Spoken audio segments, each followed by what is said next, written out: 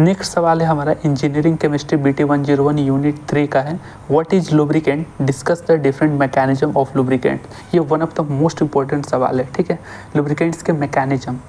तो लुब्रिकेंट क्या है ये देखते हैं। Lubricant is that substances which reduces the friction and weird between two moving surfaces. तो दो मूविंग सरफेसेस होती है उनके बीच का फ्रिक्शन हो गया, वियर एंड टीयर हो गया, एब्राशन हो गया, उसको रिड्यूस करने के लिए लुब्रिकेंट्स का यूज किया जाता है। ये इस तरह का सब्सटेंसेस होता है। ये तो एक सिंपल डेफिनेशन रहा, लेकिन असली मैटर तो यहाँ पर है। There are 3 types of mechanism of lubrication. ये मैकेनिज्म को ध्यान में रखना। कई बार तो है एग्जाम में मैंने देखा है 1 या 2 सिर्फ पर्टिकुलर मैकेनिज्म पूछ दिया है, ठीक है। तो मैंने तीनों मैकेनिज्म को कवर किया है जो कि 3 टाइप के हैं लुब्रिकेंट के मैकेनिज्म से। तो ये सवाल को ध्यान में रखना क्योंकि हो सकता है सवाल में मैकेनिज्म्स ऑफ लुब्रिकेंट तीनों पूछ दे, ठीक है ना। तो पहला होता है हमारा हाइड्रोडायनेमिक लुब्रिकेशन।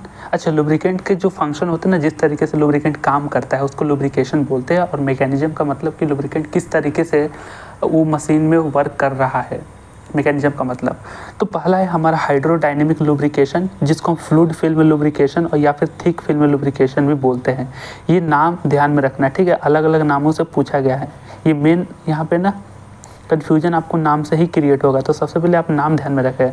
हाइड्रोडायनेमिक लुब्रिकेशन बोले, चाहे फ्लूइड फिल्म लुब्रिकेशन बोले या फिर थिक फिल्म लुब्रिकेशन बोले। दूसरा है हमारा बाउंड्री लुब्रिकेशन या फिर थिन फिल्म लुब्रिकेशन, ठीक है। तो थिक और थिन में अंतर होता है। तो बाउंड्री लुब्रिकेशन या फिर थिन फिल्म लुब्रिकेशन। तीसरा है हमारा एक्सट्रीम प्रेशर लुब्रिकेशन। तो ये 3 तरीके का लुब्रिकेशन है, आप ध्यान में रखें। सबसे पहले हम हाइड्रोडायनेमिक लुब्रिकेशन या फिर कि थिक फिल्म लुब्रिकेशन या फ्लूइड फिल्म लुब्रिकेशन के बारे में देखते हैं। ये क्या है? In this mechanism 2 sliding surfaces, 2 sliding surfaces are completely separated by a thick layer of lubricating oil, जिसमें थिकनेस अराउंड 1000 एंगस्ट्रॉम तक होता है, ठीक है। एंगस्ट्रॉम मतलब समझते हैं ना, 10⁻⁻10 मीटर। सोचो कितना पतला लुब्रिकेंट का लेयर है।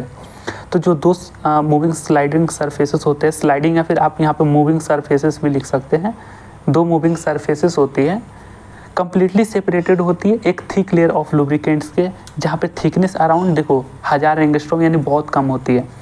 This thick layer prevents direct surface to surface contact of 2 moving surfaces, so it reduces wear and tear। देखिए ये जो इतना पतला लेयर होता है ना लुब्रिकेंट का, सोचो 1000 एंगस्ट्रॉम, तो ये जो लेयर होता है ना, ये भी आपका direct metal to metal contact से प्रिवेंट करता है, जिससे क्या होता है कि आपका वियर और टियर भी रिड्यूस होता है।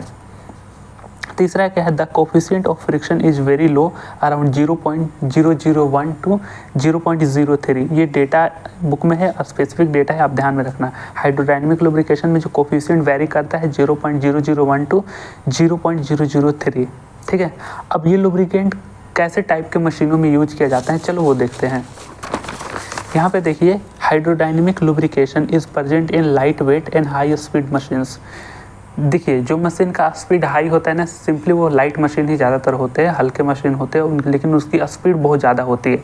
जैसे कि सेविंग मशीन हो गया, वॉचेस हो गया, क्लॉक्स हो गया, पंप्स हो गया, समझ में।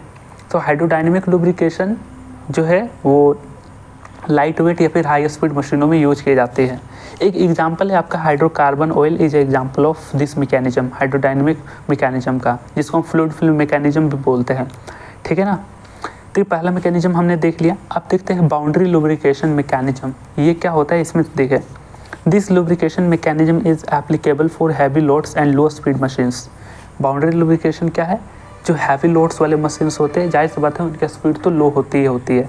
तो ऐसे केसेस में ये बाउंड्री लुब्रिकेशन यूज होता है। देखिए इसकी thickness of this layer is less than 100 angstrom, ठीक है, 100 एंगस्ट्रॉम में यूज होता है। ये देखना, ये ज़्यादातर केसों में हम आसपास देखते हैं ना, तो वो इसी कैटेगरी के अंदर लाई करता है, बाउंड्री लुब्रिकेशन मैकेनिज्म में लाई करता है। जो अक्सर हमने आसपास के मशीनों में, जैसे ट्रैक्टर हो गया और जो धान कूटने वाला वो मशीन नहीं आता यार, ऐसे टाइप के मशीनों में हम बाउंड्री लुब्रिकेशन मैकेनिज्म देखते हैं, ठीक है। थिकनेस ध्यान में रखना 100 एंगस्ट्रॉम से कम है। In this mechanism the applied lubricating oil is adsorbed on the metal surfaces, ये एक इंपॉर्टेंट वर्ड है, एडजॉर्ब हो जाता है। देखिए एब्जॉर्ब नहीं, एडजॉर्ब हो जाता है। एडजॉर्ब का मतलब होता है ना किसी लिक्विड का किसी मेटल के सरफेस पर चिपक जाना, उसको एडजॉर्प्शन बोलते हैं।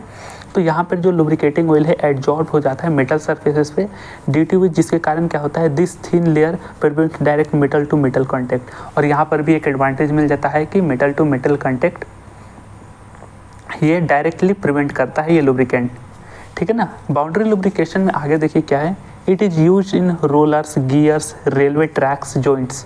ज़्यादातर केस में जॉइंट्स हो गए, रेलवे ट्रैक्स हो गए, रोलर हो गए, गियर्स हो गए, छोटे छोटे गियर्स होते हैं ना, हाँ, तो उस केसेस में ये बाउंड्री लुब्रिकेशन मैकेनिज्म देखे जाते हैं। और अक्सर ये चीज़ें हम अपने ज़्यादातर केसों में देखे हैं अपने एनवायरनमेंट में। यहाँ पे कुछ एग्जांपल्स देखें बाउंड्री लुब्रिकेशन का, तो vegetable oils, mineral oils, grease हो गया आपका, ग्रीस भी हमने देखे होंगे, ग्रेफाइट, ये देखिए MOST, ये मोलिब्डेनम है, और ये मोलिब्डेनम है, और sulphur 2 MOS2 are examples of boundary lubrication. ये सिंपली आप ध्यान में रखना, ठीक है। अब आते हैं तीसरा हमारा extreme pressure lubrication mechanism.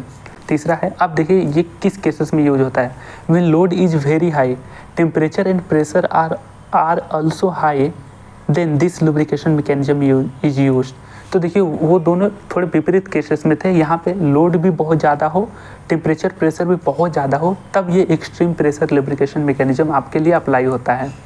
In this condition normal oil fail हो जाता है, जाहिर सी बात है।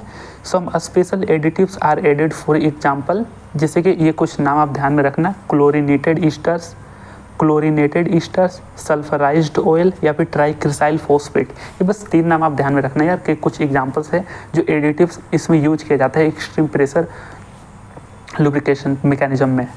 These additives reacts with the metal surfaces and form a protective layer film like metallic chloride या metallic sulfides।